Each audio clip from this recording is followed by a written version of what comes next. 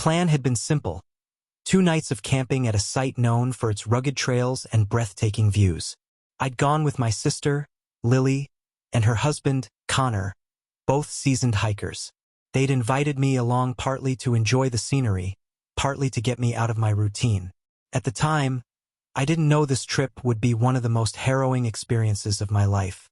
We started early on a Friday morning, driving deep into the forest until the paved roads turned to dirt. Our destination was a secluded campsite near a ravine, far from the more popular spots. Lily and Connor had discovered it on a previous trip and assured me it was worth the effort. "You won't regret it," Lily had said, her face lighting up as she described the view. The hike to the site was challenging, with steep inclines and uneven terrain. I lagged behind, my city-dweller legs unaccustomed to the demands of the trail. Connor led the way, pausing occasionally to check the map and adjust our route. The forest was dense, with towering pines and thick underbrush. Sunlight filtered through the canopy, casting dappled patterns on the ground. It was beautiful but isolating. We didn't see another soul the entire way. By late afternoon, we reached the campsite. It was a small clearing perched on the edge of the ravine. The view was as stunning as promised. A sprawling valley carpeted with trees, the river below glinting in the sunlight. We set up our tents, gathered wood for a fire, and prepared for the evening. That first night was uneventful. We sat around the fire, talking and laughing as the flames crackled and the stars appeared overhead. The only sounds were the chirping of crickets and the distant rush of the river. I felt a sense of calm I hadn't experienced in years. The next day, we decided to explore the area. Connor suggested following the ravine's edge to see where it led. The path was narrow and treacherous, with loose rocks and sheer drops. I stayed close to the inner side, my stomach knotting every time I glanced down. Lily, ever adventurous, moved ahead confidently, while Connor stayed behind to keep an eye on me. About an hour into the hike, we came across a peculiar sight, an old wooden bridge spanning a narrow section of the ravine. It looked out of place, its planks weathered and warped with age.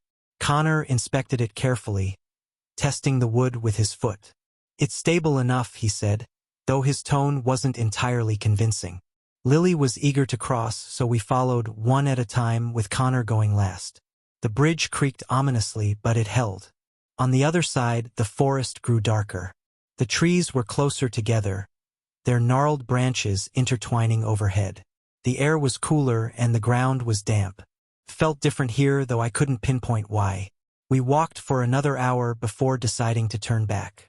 None of us mentioned it, but I could tell we all felt uneasy. That night, the atmosphere at camp was tense. The firelight flickered, casting long shadows that seemed to move on their own. Connor joked about the bridge, calling it the gateway to Narnia, but his laughter sounded forced. Lily suggested we turn in early, and we agreed without argument. I woke in the middle of the night to the sound of footsteps. At first, I thought it was one of them, but the steps were too heavy, too deliberate. They circled the tents, crunching on the gravelly ground. My heart raced as I lay there, holding my breath. The steps stopped just outside my tent, and for a moment, all I could hear was my own heartbeat. Then, the zipper on my tent started to move. Slowly, agonizingly, it slid down an inch.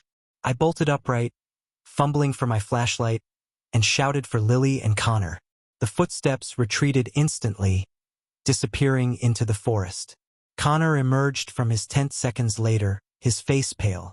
He'd heard it too. The rest of the night passed in a tense silence. We didn't sleep. At dawn, we packed up, deciding to leave as soon as possible. But as we retraced our path, something felt off. The trail looked different, as if it had shifted overnight. Landmarks we'd passed the day before were gone, replaced by unfamiliar trees and rocks. When we reached the bridge, my stomach dropped. The structure was in worse condition than we'd left it. Several planks were missing, and the rope handrails hung loose. Connor cursed under his breath, but we had no choice but to cross. Lily went first, then me, with Connor bringing up the rear. Halfway across, the wood beneath me groaned and cracked. I froze, afraid to move. Lily shouted encouragement from the other side, and Connor urged me to keep going. Somehow I made it across. Connor wasn't as lucky. Just as he neared the end, one of the planks gave way. He dropped, catching himself on the edge with a panicked yell. Lily and I rushed to pull him up, our combined strength barely enough to haul him to safety. His hands were scraped raw, and his face was ashen. We didn't stop to rest. Adrenaline propelled us forward, each of us desperate to leave the forest behind. When we finally reached the trailhead, it felt like escaping a nightmare. None of us spoke on the drive home, the silence heavy with unspoken fears. To this day, we don't know who or what had been at our campsite that night. Connor insists it was a person, maybe a hermit living off the grid. Lily believes it was our own paranoia, amplified by the isolation. As for me, I'm not sure. But I do know one thing. I'll never set foot near that ravine again.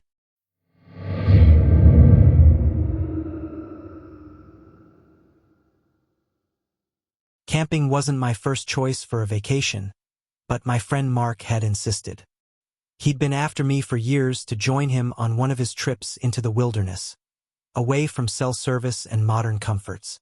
"It'll be good for you," he'd said. I finally agreed, not because I was particularly interested, but because I couldn't bear to hear him bring it up again. We planned for a 3-day trip to a national forest a few hours from the city. Mark handled the gear, insisting his experience made him the better judge of what we'd need.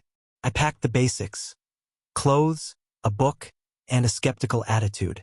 The drive to the forest was uneventful, with Mark rattling off facts about the area and recounting tales of past trips. I half listened, my attention more on the rolling hills and dense woods we passed. When we arrived at the trailhead, the air was cooler and carried the earthy scent of pine. Mark hoisted his pack and led the way, brimming with enthusiasm. The trail was well worn, winding through towering trees and patches of ferns. For the first few hours, I felt a sense of ease. The forest was quiet, save for the occasional bird call or rustle of leaves. Mark's chatter filled the gaps, and I found myself relaxing despite my initial reluctance. We set up camp near a stream just before sunset. The spot was perfect: flat ground, a clear view of the sky, and the soothing sound of running water. Mark built a fire while I unpacked my sleeping bag and arranged my tent. By the time darkness fell, we were seated by the fire, eating a simple meal and swapping stories. Mark, of course, dominated the conversation, but I didn't mind. The flames danced, casting flickering shadows on the trees, and for the first time in weeks, I felt at peace. That peace didn't last. The first sign of trouble came just after we'd gone to bed. I'd zipped myself into my tent, the warmth of the sleeping bag a welcome comfort. The night was still, save for the occasional chirp of crickets. But as I started to drift off, I heard something, a faint rustling, like footsteps in the underbrush. I froze, straining to listen. The sound came again, closer this time. It wasn't consistent, more like someone or something was pausing between steps. I told myself it was probably an animal. Mark had mentioned deer were common in the area, and they'd likely be curious about our camp. Still, the noise kept me awake, every nerve on edge. Eventually, it stopped, and I drifted into an uneasy sleep. The next morning, I mentioned the noise to Mark. He shrugged it off, saying it was nothing to worry about. "The forest is full of sounds," he said. "You'll get used to it." His nonchalance annoyed me, but I didn't push the issue. We spent the day hiking further into the woods, exploring trails that seemed to grow narrower and less defined as we went. By afternoon, we'd reached a small clearing where we decided to set up camp for the second night. This site felt different. The trees were denser, their branches interlocking to create a canopy that let in little light. The air was heavier, carrying a damp, earthy smell that clung to my skin. Mark didn't seem to notice. He went about setting up camp with the same enthusiasm as before, while I couldn't shake the feeling that we were being watched. That night, the rustling returned. It started faintly, then grew louder, circling the edge of the clearing. I stayed in my tent, heart pounding, gripping the flashlight I'd kept beside me. At one point, I thought I heard whispering, soft, indistinct voices that sent a chill down my spine. When I mentioned it to Mark the next morning, he laughed it off. "Your imagination's running wild," he said. "There's nothing out here but us." His dismissive attitude irritated me, but I couldn't deny the possibility he was right. Maybe I was overthinking things. We packed up and hiked further, though my unease only grew. The forest seemed darker, the trees pressing closer together. Even Mark grew quieter, his usual chatter replaced by a tense focus. By the time we set up camp on the third night, I was on edge. The clearing we chose was small, barely large enough for our tents. The ground was uneven, and the air felt stifling. Mark tried to lighten the mood, but his forced jokes fell flat. We ate in near silence, the fire's glow our only comfort. That night was the worst. I woke to the sound of footsteps again, louder and more deliberate. They weren't circling this time. They were approaching. I held my breath, listening as the steps grew closer. Then they stopped right outside my tent. My mouth went dry, and I gripped my flashlight, too terrified to move. Minutes passed in agonizing silence. Then I heard it. A low, guttural sound, like someone exhaling sharply, sent a wave of panic through me. I wanted to call out to Mark, but fear kept me frozen. Eventually, the sound faded, and I lay there, trembling, until the first light of dawn. When I finally emerged, Mark was already up, his face pale and drawn. He didn't wait for me to speak. "We're leaving," he said, his voice tight. He didn't explain, and I didn't ask.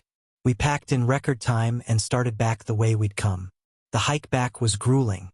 The forest seemed to close in around us, every shadow and sound amplifying my fear. Mark's usual confidence was gone, replaced by a grim determination. We didn't speak much, focusing instead on putting as much distance as possible between us and the last campsite. When we finally reached the trailhead, I felt an overwhelming sense of relief. We loaded our gear into the car and drove in silence for the first hour. Finally, I couldn't take it anymore. I asked Mark what had changed his mind. He hesitated, his knuckles white on the steering wheel. Then he told me he'd woken up in the middle of the night to find something standing outside his tent. He hadn't seen it clearly, just a shadowy figure, tall and motionless. When he'd shone his flashlight on it, there was nothing there. Neither of us has gone camping since.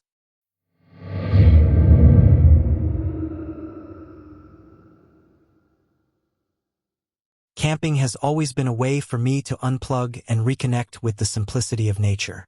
I usually go with a group of friends, but one summer, I decided to do it alone. There was something enticing about solitude, about challenging myself to navigate and survive without relying on anyone else. I picked a location I'd read about online, a dense forest preserve with several trails and designated camping spots. The reviews mentioned its beauty but also its remoteness. That's exactly what I wanted. I arrived on a Friday morning, parked my car at the trailhead, and shouldered my backpack. The air was crisp and fresh, the kind that makes you feel alive just by breathing it in. The trail started off wide and well-marked, winding through towering pines and patches of wildflowers. I followed it for about 5 miles until I reached the first designated campsite. It was a clearing surrounded by trees, with a fire ring in the center. There were no other hikers or campers in sight, which didn't surprise me. The preserve wasn't well known, and most people preferred more accessible spots.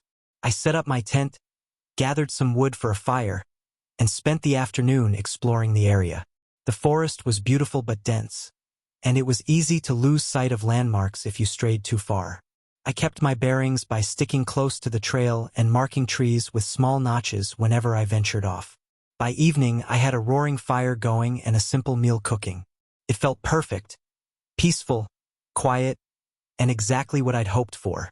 The first night passed uneventfully, though I'd be lying if I said I wasn't on edge. Every rustle of leaves or snap of a branch made me freeze, straining to hear if it was just the wind or something else. But by morning, I felt more confident. I packed up and decided to push further into the preserve to find a more secluded spot. The second trail was narrower, with fewer markers, and the forest grew thicker as I went. Around midday, I came across an old wooden signpost. The lettering was faded, but I could make out the words. Trail 6. Below it, someone had scratched an arrow pointing left. It wasn't on the map I downloaded, but curiosity got the better of me. I decided to follow it. The path was overgrown and clearly hadn't been used in years.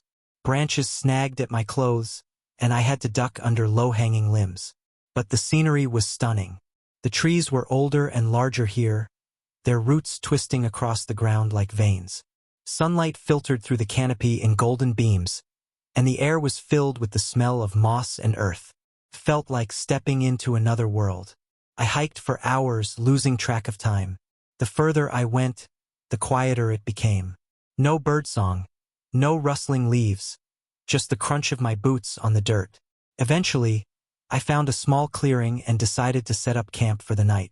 It was idyllic, with a soft patch of grass and a babbling brook nearby. I felt lucky to have found such a perfect spot. That night, however, things began to feel off. It started with the sounds. Around midnight, I woke up to a faint noise, like someone walking through the underbrush. I stayed still, listening. It wasn't consistent. A step here, a crack there, but it was deliberate. I convinced myself it was an animal and eventually fell back asleep. The next morning, I noticed something strange. Near the edge of the clearing, where the grass met the forest, there were footprints. Human footprints. They weren't mine. They were too small. I crouched down to examine them. The prints were fresh, the edges still crisp in the damp earth. My stomach tightened. I'd seen no one on the trail, and this was miles from the main campsite. Who else would be out here? I told myself it was nothing. Maybe someone had been here before me, or maybe I'd missed another trail nearby. Still, I couldn't shake the unease. I decided to pack up and move on, hoping to find a more populated area. As I retraced my steps, the forest seemed different. The trees felt closer together, the shadows deeper. At one point, I realized I wasn't on the same path anymore. The notches I'd carved into trees were gone. I tried to stay calm and backtrack to where I thought I'd gone wrong, but it only made things worse. Every direction looked the same, and the dense undergrowth made it nearly impossible to move quickly. By late afternoon, I was hopelessly lost. The sun was sinking, and I had no idea how to find the main trail. My map was useless without clear landmarks, and my phone had no signal. Panic began to set in, but I forced myself to keep moving. Staying in one place wouldn't help. As dusk fell, I stumbled upon another clearing. This one was different. In the center was an old, crumbling stone structure, barely more than a foundation. It looked like it had been a cabin once, though the walls were long gone. There was a fire pit nearby, filled with ashes. Someone had been here recently. I decided to stay for the night. It wasn't ideal, but I needed rest, and the ruins offered some sense of shelter. As I set up my tent, I noticed strange carvings on the stones. They were faint, weathered by time, but I could make out shapes that looked like arrows and symbols I didn't recognize. I tried not to think too much about it. That night was the worst. I woke up to the sound of footsteps again, closer this time. They circled the ruins, slow and deliberate. My heart pounded as I clutched the knife I always carried. I didn't dare move or make a sound. Eventually, the footsteps faded, but I didn't sleep again. When dawn finally came, I emerged from the tent, exhausted and on edge. The clearing was empty, but something caught my eye. Near the fire pit, someone had arranged stones into a pattern. It was a spiral, perfectly symmetrical. I hadn't noticed it the night before. I decided then and there to leave the preserve no matter what. I packed up and started walking, choosing a direction and sticking to it. Hours passed with no sign of the trail. The forest seemed endless, oppressive. My water was running low, and I'd eaten the last of my food. Every snap of a branch made me jump. Every shadow felt like it was watching me. Finally, just as the sun began to set, I stumbled onto a dirt road. Relief washed over me as I followed it, eventually reaching a ranger station. The ranger on duty looked surprised to see me and asked where I'd come from. When I mentioned Trail 6, his expression changed. He said that trail had been closed for years after several hikers went missing. The signpost had been removed, but people still occasionally found their way there. I didn't tell him everything that had happened. I just asked for directions back to my car and left as quickly as I could. To this day, I can't explain what I experienced in that forest. I've gone camping since, but never alone. And I'll never ignore a map's boundaries again.